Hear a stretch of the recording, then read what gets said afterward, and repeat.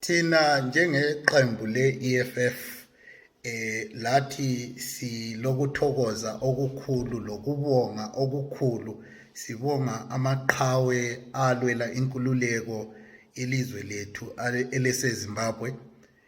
Siyabonga kakhulu kuma-Zipra forces, kuma-Zanla forces abaletha i-political freedom. Kodwa thina sesisithi sokuyisikhathi sokuthi silwele umnotho welizwe esikubiza ngokuthi economic freedom in our lifetime.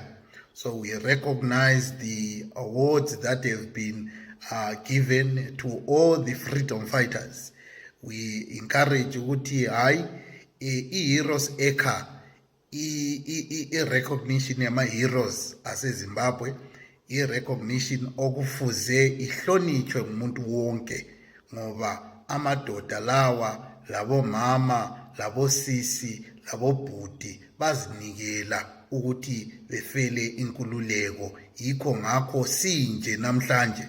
Kodwa thina abe-economic freedom fighters sithi sesithatha from lapha sisiya phambili ukuze silethe uzibuse we-Afrika jilikelele. Sisithi ama-borders mayesuswe, i-Afrika ibe borderless ukuze sibe one, ngoba ama-heroes are not only in Zimbabwe, ama-heroes are across Africa. Siyabonga.